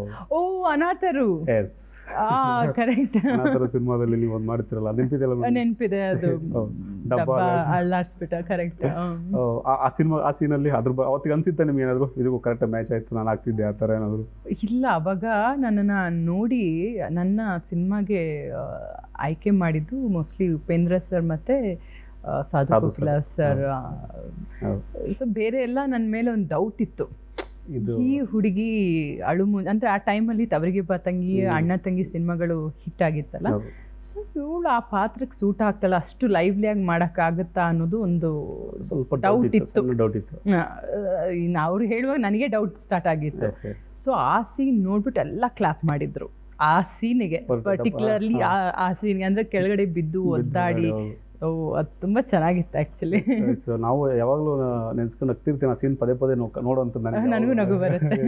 ಈಗಲೂ ಅಷ್ಟಿದೆ ಅದಕ್ಕೆ. ಅದೇನು ಅದು ಸುಮ್ಮನೆ ಸಿಂಪಲ್ ಆಗಿ ಒಂದು ಟೇಕ್ 2 ಟೇಕ್ ಆಗಿರ್ಬೋದು ನಿಮಗೆ, ಬಟ್ ಇವತ್ತಿಗೂ ಹೊರಡು ಅಷ್ಟು. ಆ್ಯಕ್ಚುಲಿ ನನ್ನ ಕ್ಯಾರೆಕ್ಟ್ರು, ನಿಜ ಕ್ಯಾರೆಕ್ಟರ್ ಅದೇ ರೀತಿನೇ, ಬಟ್ ಗೊತ್ತಾಗಲ್ಲ ಅಷ್ಟೇ. ಯಾರು ಮಾತಾಡಲ್ಲ, ಯಾರು ಅಂದರೆ ಹೊಸಬ್ರು ಅಂದರೆ ಸ್ವಲ್ಪ ಸೈಲೆಂಟ್ ಆಗಿರ್ತೀನಿ. ಸ್ವಲ್ಪ ಮಾತು ಶುರು ಮಾಡಿದ್ರೆ ಸ್ವಲ್ಪ ಜಾಸ್ತಿ ಮಾತಾಡ್ತೀನಿ. ನೀವು ಆ್ಯಕ್ಟ್ ಮಾಡಿರೋಂಥಷ್ಟು ನಾನು ಸ್ಟಾರ್ಟಿಂಗಿಂದ ಹೇಳ್ಕೊಂಡ್ಬರ್ತೀನಿ. ಅವ್ರ ಬಗ್ಗೆ ನೀವು ಒಂದೆರಡು ಮಾತು ಹೇಳಬೇಕು. ಅಗೇನ್ ಫಸ್ಟ್ ನಾವು ರಾಘು ಸರ್ ಬಗ್ಗೆನೇ ಮಾತಾಡೋದು. ವಿಜಯ ರಾಘವೇಂದ್ರ ಸರ್ 4 ಸಿನಿಮಾ ಮಾಡಿದ್ದೀರಿ, ಅವ್ರ ಬಗ್ಗೆ ನಿಮ್ಗೆ ಅನ್ಸೋದು? ತುಂಬ ಹಂಬಲ್ ಅವರು. ತುಂಬ ಒಂದು ಏನು, ಇವತ್ತಿಗೂ ಅವರ ನೋಡಿದ್ರೆ, ನಾನು ಡೇ 1 ಅವ್ರು ನೋಡುವಾಗ ಹೇಗಿದ್ರು ಇವತ್ತು ಸಹ ಹಾಗೇ ಇದ್ದಾರೆ. ಅಂದರೆ ತುಂಬ ಕಮ್ಮಿ, ಅಂದರೆ ನನಗೆ ಗೊತ್ತಿದ್ದಾಗೆ ಅವ್ರ ಅಪ್ಪಾಜಿ ಅವ್ರ ಫ್ಯಾಮಿಲಿಯಲ್ಲೇ ಎಲ್ಲರೂ ಅದೇ ರೀತಿನೇನೋ ಅಂತ ಅನ್ಸ್ಬಿಡುತ್ತೆ. ಅವ್ರುಗಳನ್ನ ನೋಡಿನೇ ಅವ್ರನ್ನ ನೋಡಿ ನಾವು ಇಂಡಸ್ಟ್ರಿಲಿ ಬಂದು, ಅಂದರೆ ನಾವು ಬೆಳೆದಿದ್ದಲ್ವಾ. ಸೊ ನಮ್ಮ ಕ್ಯಾರೆಕ್ಟ್ರು ಅದೇ ಥರ ಇರಬೇಕು ಅಂತ ಆಸೆ ಪಡ್ತೀವಿ. ಅದು ಹಂಗೆ ಅನಿಸುತ್ತೆ ಕೂಡ. ಇದು ರೈಟ್ ಟೈಮಲ್ಲಿ ಗೊತ್ತಿಲ್ಲ, ಬಟ್ ನಾವು ಅವರ ಧರ್ಮಪತ್ನಿಯವ್ರು ಇಲ್ದಾಗ ನಾವೆಲ್ಲ ಜೊತೆಯಲ್ಲಿದ್ವಿ. ಅದಾಗಬಾರ್ದಿತ್ತು ಘಟನೆ. ಅದು ಆ ಟೈಮಲ್ಲಿ ನಿಮಗೆ ವಿಷಯ ಗೊತ್ತಾಗಿದ್ದು ಹೇಗೆ? ನಿಮ್ಗೆ ಯಾವ ಥರ? ನೀವು ನನಗೆ ನನ್ನ ಅಣ್ಣ ಹೇಳ್ದ ಈ ರೀತಿ ಆಯಿತು ಅಂತ. ನಾನು ಆ್ಯಕ್ಚುಲಿ ಹೋಗಿದ್ದೆ, ಮಾತಾಡ್ಸ್ಬಿಟ್ಟು ಬಂದೆ. ಬಟ್ ನಾವು ಏನೇ ಸಮಾಧಾನ ಮಾಡಿದ್ರು ಅವ್ರ ಮನಸ್ಸಲ್ಲಿರೋ ನೋವನ್ನ ನಾವು ಕಮ್ಮಿ ಮಾಡೋಕ್ಕಾಗೋದಿಲ್ಲ. ನಾವೇನು ಮಾತಿಗೆ ಸಮಾಧಾನ ಮಾಡ್ತೀವಿ, ಬಟ್ ಆ ನೋವು ಅವ್ರಿಗೆ ಯಾವತ್ತೂ ಕಾಡ್ತಾ ಇರುತ್ತೆ. ನಾವು ಯಾವುದೇ ಕಾರ್ಯಕ್ರಮ ಪ್ರಾರಂಭ ಮಾಡಿದ್ರು ಕೂಡ ಒಬ್ಬ ವ್ಯಕ್ತಿ ಮಾತಾಡಲೇಬೇಕು. ಇವತ್ತು ನಮ್ಮ ಜೊತೆ ಇದ್ದರೂ ಕೂಡ ಎಲ್ಲೋ ಒಂದು ಇಲ್ಲ ಅಂತ ನೋಡ್ತಾ ಇರ್ತಾರೆ ಅಪ್ಪು ಸರ್. ಪ್ರತಿ ಟೈಮಲ್ಲೂ ಎಲ್ಲರಿಗೂ ಒಳ್ಳೇದು ಬಯಸಿದಂಥ ವ್ಯಕ್ತಿ. ಸೊ ಅಪ್ಪು ಸರ್ ಬಗ್ಗೆ ನಿಮ್ಮ ಒಡನಾಟ, ಭೇಟಿಯಾಗಿದ್ದು? ನಾನು ಅವ್ರನ್ನ ಸುಮಾರು ನನ್ನ ಸ್ವೀಟಿ ಶೂಟಿಂಗ್ ನಡೆಯೋ ಟೈಮಲ್ಲಿ ಸೆಟ್ಟಿಗೆ ಬಂದಿದ್ದರು. ಅದಾದಮೇಲೆ ನಾನು ಅವ್ರನ್ನ ಡಿ ಡಿ ಜೆ ಶೋ ಅಲ್ಲಿ ಅವ್ರ ಜೊತೆ ನಾನು ಕೆಲಸ ಮಾಡಿದ್ದೆ. ಅವರು ಅದಾದ ನಂತರ ಭಾಳಷ್ಟು ಪ್ಲೇಸಲ್ಲಿ ಒಂದ್ಸಲ ಅವ್ರ ಮನೆಯವರು, ನಾವು ಯಾವುದೋ ಒಂದು ಪ್ರೋಗ್ರಾಮ್ ಹೋಗಿದ್ವಿ, ಅಶ್ವಿನಿ ಅವರು. ಸೊ ಅವ್ರ ಜೊತೆ ನಾವು ಮೀಟ್ ಮಾಡಿದ್ವಿ. ಸೊ ಭಾಳಷ್ಟು ಸಲ ಅವ್ರನ್ನ ನಾನು ಮೀಟ್ ಮಾಡಿದ್ದೀನಿ. ಮತ್ತು ಎಷ್ಟೋ ಸಲ ನಾನು ಕೇಳ್ತಾ ಇದ್ದೆ, ನಿಮ್ದೊಂದು ಡೇಟ್ಸ್ ಬೇಕು, ನಾನು ಸಿನಿಮಾ ಮಾಡಬೇಕು. ನನಗೆ ಆ್ಯಕ್ಚುಲಿ ನಾನು ಹೇಳಿದ್ದೀನಿ ಕೆಲವು ಸಲ ಇದನ್ನು. ಅವರು ತೀರೋಗೋಕ್ಕಿಂತ ಮುಂಚೆ ಸಹ ನಾನು ಅವ್ರಿಗೆ ಮೆಸೇಜ್ ಮಾಡಿದ್ದೆ. ಸರ್ ಇರೋಕ್ಕಿಂತ ಮುಂಚೆ? ಅಂದರೆ ಅವ್ರು ಇರುವಾಗ ಒಂದು 15 ಡೇಸ್ ಆ ಥರ ಆ ಟೈಮಲ್ಲಿ ನಾನು ಅವ್ರಿಗೆ ಮೆಸೇಜ್ ಮಾಡಿದ್ದೆ. ಈ ರೀತಿ ನನಗೆ ನೀವು ಸ್ಟಾರ್ಟಿಂಗಲ್ಲೂ ಹೇಳಿದ್ರೆ ನನ್ನ ಡೇಟ್ಸ್ ಕೊಟ್ಟಿಲ್ಲ, ನೀವು ಇವಾಗ ಅದು ನನಗೆ ಡೇಟ್ಸ್ ಕೊಡ್ತೀರಾ, ನನಗೆ ಸಿನಿಮಾ ಮಾಡಬೇಕು ಅಂತ. ಅವರು ಇಮ್ಮಿಡಿಯೇಟಾಗಿ ನಾನು ಕಾಲ್ ಮಾಡಿ ಯಾವಾಗ ಬೇಕು ಹೇಳಿ ಡೇಟ್ಸ್ ನಾನು ರೆಡಿ ಅಂದರೆ ಓಕೆ ಅಂತ ನಿಮಗೆ ಡೇಟ್ಸ್ ಅಡ್ಜಸ್ಟ್ ಮಾಡಿಕೊಡ್ತೀನಿ ಅಂತ ಹೇಳಿದ್ರು. ಬಹಳ ಖುಷಿ ಆಯಿತು. ನಾನು ಸರಿ ಆಗಿದ್ದರೆ ಇಮ್ಮಿಡಿಯೇಟಾಗಿ ನಾನು ಟೀಮ್ ರೆಡಿ ಮಾಡಿ ಡೈರೆಕ್ಟರ್ನೆಲ್ಲ ರೆಡಿ ಮಾಡಿ ನಾನು ನಿಮ್ಮನ್ನ ಒಂದು ಸಲ ಮನೆಗೆ ನಿಮ್ಮನ್ನ ಮೀಟ್ ಮಾಡ್ತೀನಿ ಅಂತ ಹೇಳಿದೆ. ಆಯಿತು, ನೀವು ಯಾವಾಗ ಬೇಕಾದ್ರೂ ಬನ್ನಿ, ಒಳ್ಳೆ ಸಿನಿಮಾ ಮಾಡೋಣ ಅಂತ ಹೇಳಿದರು. ಬಟ್ ಆ ಸುದ್ದಿ ಕೇಳಿ ನನಗನ್ನಿಸ್ತು ನನಗೆ ಅವ್ರ ಜೊತೆ ನನ್ನ ಬ್ಯಾನರಲ್ಲಿ ಅಲ್ಲ ಅವ್ರ ಜೊತೆ ನಡ್ಸೋ ಅಂತ ಒಂದು ಅಂದರೆ ಭಾಗ್ಯ ನನಗಿಲ್ವೇನೋ ಅಂತ ಅನಿಸ್ಬಿಡ್ತು. ಅದು ನನ್ನದೊಂದು ಕನಸು ನನಸಾಗಿ ಉಳಿತು. ಮತ್ತೊಂದು ಕರಾಳ ನೆನಪು ನಮ್ಮ ಚಿರು ಸರ್ಜಾ ಅವ್ರದ್ದು. ನೀವು ಕೂಡ ರುದ್ರತಾಂಡವ ಸಿನಿಮಾದಲ್ಲಿ ಆ್ಯಕ್ಟ್ ಮಾಡಿದ್ದೀರಿ. ಸೊ ಚಿರು ಸರ್ಜಾ ಸರ್ ಬಗ್ಗೆ ಮಾತಾಡೋದಾದರೆ ನಾನು ಯಾವಾಗಲೂ ಅವ್ರಿಗೆ ಹೇಳ್ತಿದ್ದೆ, ನೀವು ಸ್ವಲ್ಪ ಡಯಟ್ ಎಲ್ಲ ಮಾಡಿ ಸಣ್ಣ ಆದರೆ ನೀವು ದೊಡ್ಡ ಹೀರೋ ಆಗ್ತೀರಾ ನಮ್ಮ ಕನ್ನಡ ಇಂಡಸ್ಟ್ರಿಲಿ. ಯಾಕಂದರೆ ಅವ್ರು ಸ್ವಲ್ಪ ನೋಡೋಕ್ಕೆ ನಮ್ಮ ಅರ್ಜುನ್ ಸರ್ಜಾ ಅವ್ರ ಥರ ಕಾಣಿಸ್ತಾ ಇದ್ರು. ಒಳ್ಳೆ ಹೈಟ್, ಪರ್ಸ್ನಾಲಿಟಿ ಎಲ್ಲ ಚೆನ್ನಾಗಿತ್ತು. ಸೊ ನಾನು ಹೇಳ್ತಾ ಇದ್ದೆ ನಮ್ಮದೊಂದು ಅವ್ರಿಗೋಸ್ಕರ ಅಂತ ಆ ಟೈಮಲ್ಲಿ ನಾನೊಂದು ಕತೆ ರೆಡಿ ಮಾಡಿಸಿದ್ದೆ. ಡಬಲ್ ಆ್ಯಕ್ಟಿಂಗ್ ಅಂದರೆ ಹೀರೋಯಿನ್ ಡಬಲ್ ಆ್ಯಕ್ಟಿಂಗು, ಅವ್ರದ್ದು ವಿಲನ್ ಮತ್ತು ಹೀರೋ ಶೇಡಲ್ಲಿ ಹೋಗ್ತಾ ಇರುತ್ತೆ. ಅವ್ರದ್ದು ಡಬಲ್ ಆ್ಯಕ್ಟಿಂಗ್ ತುಂಬ ಚೆನ್ನಾಗಿತ್ತು ಆ ಕತೆ. ಅವ್ರಿಗೂ ಸಹ ಒಂದು ಕತೆ ಹೇಳಿದ್ದೆ. ಸೊ ಅದು ಕೂಡ ಮಾಡೋಕ್ಕಾಗಿಲ್ಲ. ಎಂಥ ದುರಂತ ಅನ್ಸುತ್ತೆ. ಅದು ಎರಡೂ ನೀವು ಆಸೆಪಟ್ಟಂಥ ವ್ಯಕ್ತಿಗಳ ಜೊತೆ ಮಾಡೋಕ್ಕಾಗಲಿಲ್ಲ. ನಿಜಕ್ಕೂ ಬೇಜಾರಾಗುವಂಥ ವಿಚಾರನೇ. ಹೇಗೇನು ನೀವಾಗಲೇ ಹೇಳ್ತಾಯಿದ್ರಿ ಶಿವಣ್ಣ ಅವ್ರ ಬಗ್ಗೆ.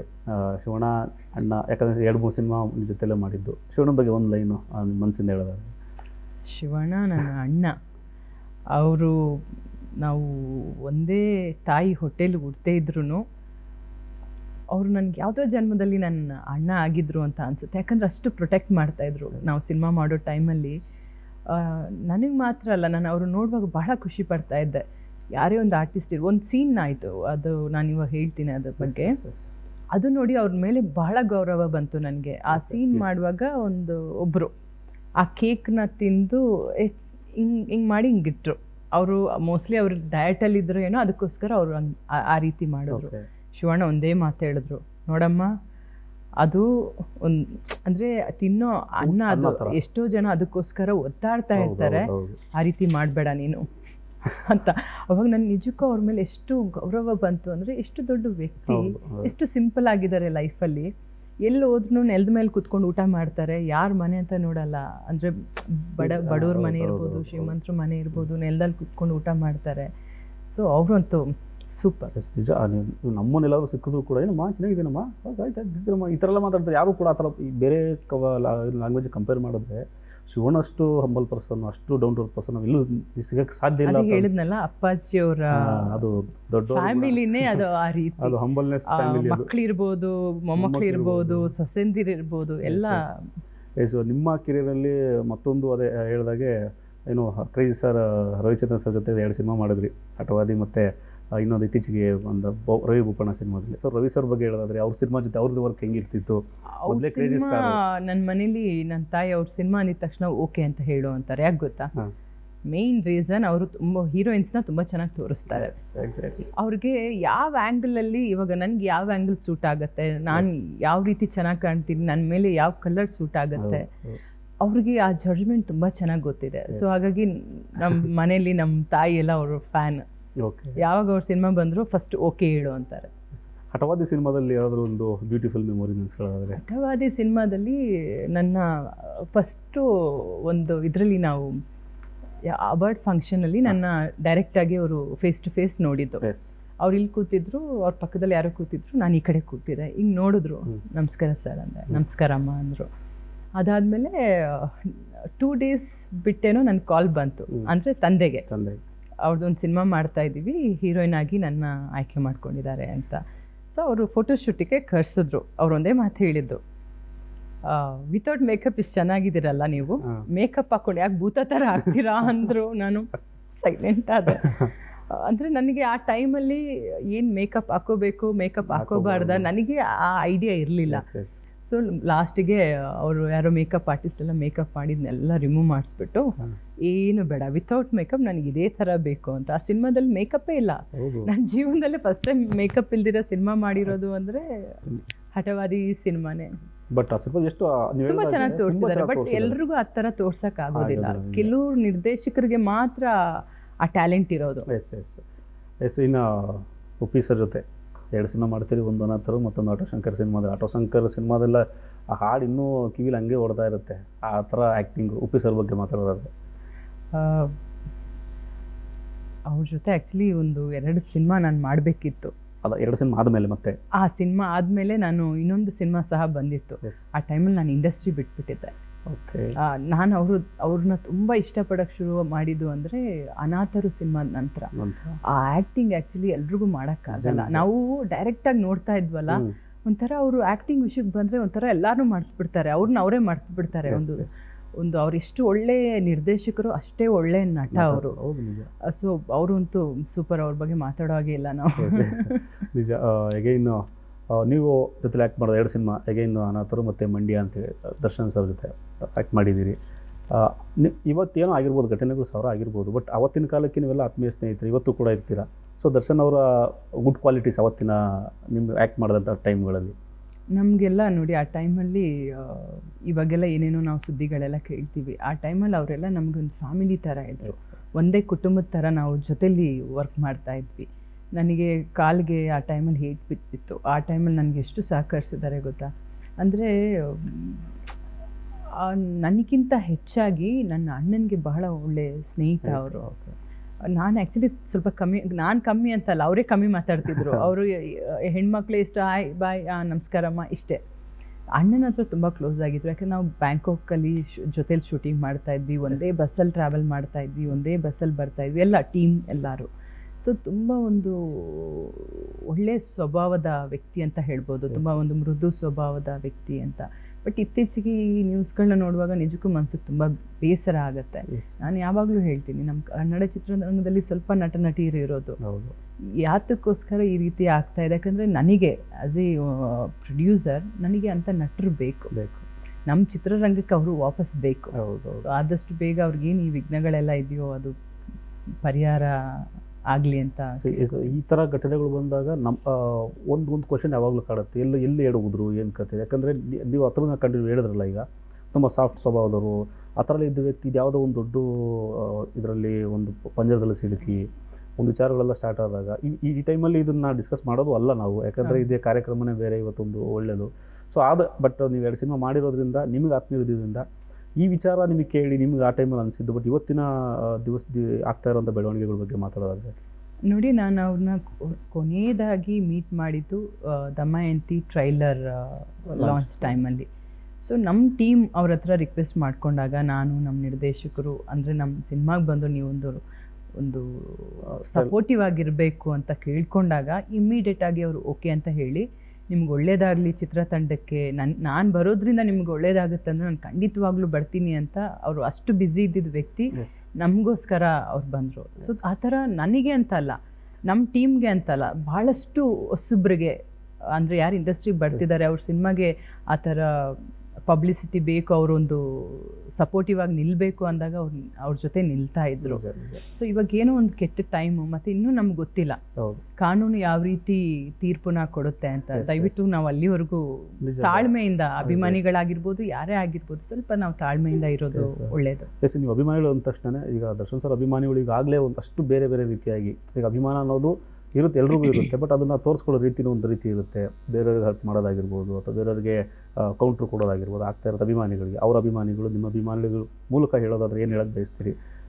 ಯಾರಿಗೂ ಹರ್ಟ್ ಮಾಡೋದಾಗಲಿ, ತೊಂದರೆ ಕೊಡುವಂಥದ್ದು ವಿಷಯ ನಡಿಬಾರ್ದು. ಮತ್ತು ಅವ್ರ ಪಾಪ ಇವಾಗ ಹೊರಗಡೆ ಇಲ್ಲ, ಅವ್ರಿಗೇನು ಗೊತ್ತಾಗಲ್ಲ ವಿಷಯಗಳು. ಆದಷ್ಟು ನಾವೆಷ್ಟು ತಾಳ್ಮೆಯಲ್ಲಿರ್ತೀವಿ ಈಗ ಅಷ್ಟು ಒಳ್ಳೆಯದು.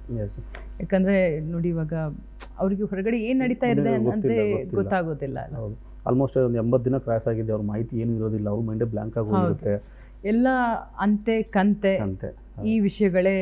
ಹೌದು, ಮಾಧ್ಯಮಗಳಲ್ಲಿ ಏನು ಬರುತ್ತೋ ಅದನ್ನೇ ನೋಡಿ ಅಷ್ಟೇ ತಿಳ್ಕೊಬೇಕು, ಅಷ್ಟೇ ಆಗಿದೆ. ನೀವು ವಿಜಯಲಕ್ಷ್ಮಿ ಅವ್ರನ್ನ ಭೇಟಿ ಮಾಡೋಂಥ ಕಾಲ್ ಮಾಡೋಂಥದ್ದು ಟ್ರೈ ಮಾಡಿಲ್ಲ?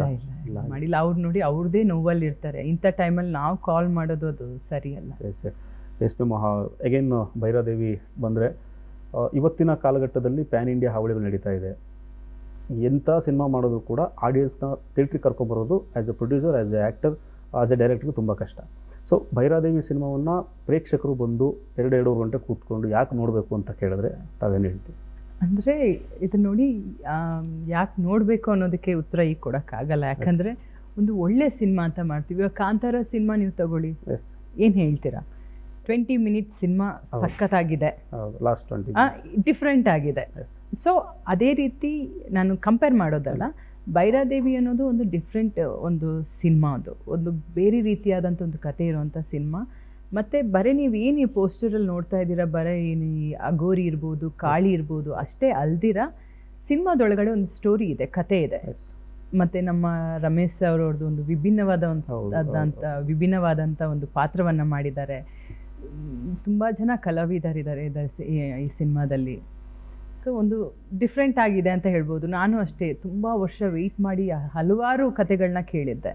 ಸೊ ಈ ಕತೆ ನನಗೆ ಇಷ್ಟ ಆಗಿ, ಸರಿ ಸಿನಿಮಾ ಖಂಡಿತವಾಗ್ಲೂ ನಮ್ಮ ಜನರಿಗೆ ಇಷ್ಟ ಆಗುತ್ತೆ ಅಂತ ಯೋಚನೆ ಮಾಡಿ ಸಿನಿಮಾ ಒಪ್ಕೊಂಡಿರೋದು. ಎಸ್ ಎಸ್ ಆಗಲೇ ನಾನು ಕೇಳಬೇಕು ಅಂದ್ಕೊಂಡೆ. ರಮೇಶ್ ಸರ್ನ ನಾವೆಲ್ಲ ಒಂಥರ ಏನೋ ಲವರ್ ಬಾಯ್ ಥರ ನೋಡ್ಕೊಂಡು ಬಂದಿದ್ದು, ಮಿಸ್ಟರ್ ಪರ್ಫೆಕ್ಟ್. ಅಗೈನ್ ಒಂದು ಇತ್ತೀಚಿನ ಶಿವಾಜಿ ಸೂರತ್ಕಲ್ಲೆಲ್ಲ ಒಂಥರ ಸೂಪರ್ ಕಾಪ್ ಥರ ಮಾಡಿದ್ರು. ಅಗೈನ್ ಇಲ್ಲಿ ಅವರು ಜಸ್ಟ್ ಒಂದು ಟೀಸರ್ ಬಿಟ್ಟಿದ್ರು, ಅವ್ರು ವಾಕಿಂಗ್ ಸ್ಟೈಲ್ ನಡ್ಕೊಂಬರೋದು, ಏನೆಲ್ಲ ಮಾಡಿರ್ಬೋದು, ಅವ್ರು ಎಷ್ಟೆಲ್ಲ ಆ ಕಾಡಿಗೆ ಇಳಿದಿರ್ಬೋದು ಅಂತ ಅನಿಸುತ್ತೆ. ಅವ್ರ ಕ್ಯಾರೆಕ್ಟರ್ ಬಗ್ಗೆ ನೀವು ಹೇಳೋದಾದರೆ ಅಕ್ಟೋಬರ್ 3ನೇ ತಾರೀಕು ನೀವು ಬನ್ನಿ, ನಾನು ಬರ್ತೀನಿ, ಸಿನಿಮಾ ನೋಡಿ, ಆಮೇಲೆ ನಿಮಗೆ ಗೊತ್ತಾಗುತ್ತೆ.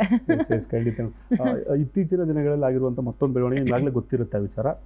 ಅದು ಕೂಡ ಈ ಸಂದರ್ಭ ಅಲ್ಲ, ಬಟ್ ಮತ್ತೆ ನೀವು ಸಿಗಲ್ಲ ಅನ್ನೋ ಕಾರಣಕ್ಕೆ ಆ ಪ್ರಶ್ನೆ. ಇತ್ತೀಚೆಗೆ ಮಲಯಾಳಮಲ್ಲಾದಂಥ ಒಂದಷ್ಟು ಬೆಳವಣಿಗೆಗಳು, ಕಾಸ್ಟಿಂಗ್ ಕೌಚ್ ಬಗ್ಗೆ ಮಾತಾಡಿದರು. ಎಷ್ಟೋ ಜನ ನಿಮ್ಮ ಸರಿ ಸಮಾನವಾದಂಥವ್ರು, ನಿಮ್ಮ ಕಾಲಘಟ್ಟದವರು ಎಲ್ಲರೂ ಕೂಡ ಒಂದಷ್ಟು ಆರೋಪವನ್ನು ಮಾಡೋದು ಕಾಸ್ಟಿಂಗ್ ಕೌಚ್ ಬಗ್ಗೆ. ಹೇಗೇನು ಇವಾಗ ಅದು ಕರ್ನಾಟಕದಲ್ಲೂ ಸ್ಟಾರ್ಟ್ ಆಗಿದೆ. ಫೈರ್ ಅಂತೇಳಿ ಒಂದು ಸಂಸ್ಥೆ ಕಟ್ಕೊಂಡಿದ್ದಾರೆ, ಸುಮಾರು 100-150 ಜನ ಸೈನ್ ಮಾಡಿ ಕೊಟ್ಟಿದ್ದಾರೆ. ಅಗೇನ್ ಸುದೀಪ್ ಸರ್ ಅಂತ ದೊಡ್ಡ ಶಿವಣ್ಣ ಅಂತವ್ರು ದೊಡ್ಡ ಸೈನ್ ಮಾಡಿ ಕೊಟ್ಟಿದ್ದಾರೆ. ಸೊ ಈ ಥರ ಬೆಳವಣಿಗೆಗಳು ನಿಮ್ಗೆ ನೋಡಿದಾಗ ನಿಮ್ಗೆ ಅನಿಸೋದು, ಯಾಕಂದರೆ ನಮ್ಗೆ ಆ ಟೈಮಲ್ಲಿ ನಿಮ್ಗೆ ಅದೆಲ್ಲ ಐಡಿಯಾನೇ ಇರಲಿಲ್ಲ ಅನಿಸುತ್ತೆ ನೀವು ಬಂದಂಥ ಟೈಮಲ್ಲಿ. ಸೊ ಅವತ್ತಿನ ಕಾಲ ಇಷ್ಟು ಬದಲಾವಣೆಗಳು, ಆ ಕಾಸ್ಟಿಂಗ್ ಕೌಚ್ ಬಗ್ಗೆ ಹೇಳೋದಾದರೆ ನೀವು? ಈ ಥರ ಅನುಭವ ನನ್ನ ಲೈಫಲ್ಲಿ ಯಾವತ್ತೂ ಆಗಿಲ್ಲ. ಓಕೆ, ನಾನು ಆ ಥರ ಎಕ್ಸ್ಪೀರಿಯನ್ಸ್ ಯಾವತ್ತೂ ನಾನು ಆ ಥರದ್ದು ಫೇಸ್ ಮಾಡಿಲ್ಲ. ಬಟ್ ನೀವು ಹೇಳ್ದಾಗೆ ನಾನು ಕೆಲವು ವಿಷಯಗಳನ್ನ ಕೇಳಿದ್ದೀನಿ. ಎಸ್, ಕೆಲವು ಹೆಣ್ಮಕ್ಳೇ ಹೇಳ್ತಾರೆ, ನಮ್ಗೆ ಈ ರೀತಿ ತೊಂದರೆಗಳನ್ನ ಕೊಟ್ಟಿದ್ದಾರೆ, ಈ ಸಿನಿಮಾ ಆಗಬೇಕಂದ್ರೆ ಈ ಥರ ಮಾತುಗಳನ್ನ ನಾನು ಕೇಳಿದ್ದೀನಿ, ಇಲ್ಲ ಅಂತಲ್ಲ. ಆವಾಗ ಮನ್ಸಿಗೆ ತುಂಬ ನೋವಾಗುತ್ತೆ. ಯಾಕೆ ಈ ರೀತಿ ಮಾಡ್ತಾರೆ? ಒಂದು ಸಿನಿಮಾ ಅಂತ ನಾವು ಬರೋದು, ನಾವು ಒಂದು ಇಷ್ಟಪಟ್ಟು ಒಂದು ನಮ್ಮದು ಜೀವನ ಒಂದು ಚೆನ್ನಾಗಿರಬೇಕು, ಒಂದು ಹೆಸರು ಮಾಡಬೇಕು. ಕೆಲವರು ಅದೇ ಜೀವನ ಅಂದ್ಕೊಂಡು ಬರ್ತಾರೆ, ಕೆಲವರು ಹೆಸರು ಮಾಡೋಕ್ಕೆ ಬರ್ತಾರೆ, ಹೊಟ್ಟೆಪಾಡಿಗೋಸ್ಕರ ಬರ್ತಾರೆ. ಸೊ ಅದನ್ನು ಯಾಕೆ ಈ ರೀತಿ ಮಿಸ್ಯೂಸ್ ಮಾಡಬೇಕು? ಸೊ ಆ ಥರ ಮಿಸ್ಯೂಸ್ ಮಾಡ್ತಾರೆ ಅಂದರೆ ಅಂಥವ್ರನ್ನ ಸರಿಪಡ್ಸೋಕ್ಕೆ ಬರಲಿ ಅಂತೀರಾ? ಬರೋದು ಒಳ್ಳೇದೇ. ಹಾಗನ್ಬಿಟ್ಟು ಪ್ರತಿಯೊಬ್ಬರು ಅದೇ ರೀತಿ ಇದ್ದಾರೆ ಸಿನಿಮಾ ಇಂಡಸ್ಟ್ರಿಲಿ ಅಂತ ತೋರಿಸೋದು ತಪ್ಪು. ಅದಕ್ಕೆ ಅವರು ರಾಜಕೀಯಕ್ಕೆ ಯಾವಾಗ ಬರ್ತಾರೆ ಅನ್ನೋದು ಒಂದಷ್ಟು ಪ್ರಶ್ನೆಗಳು.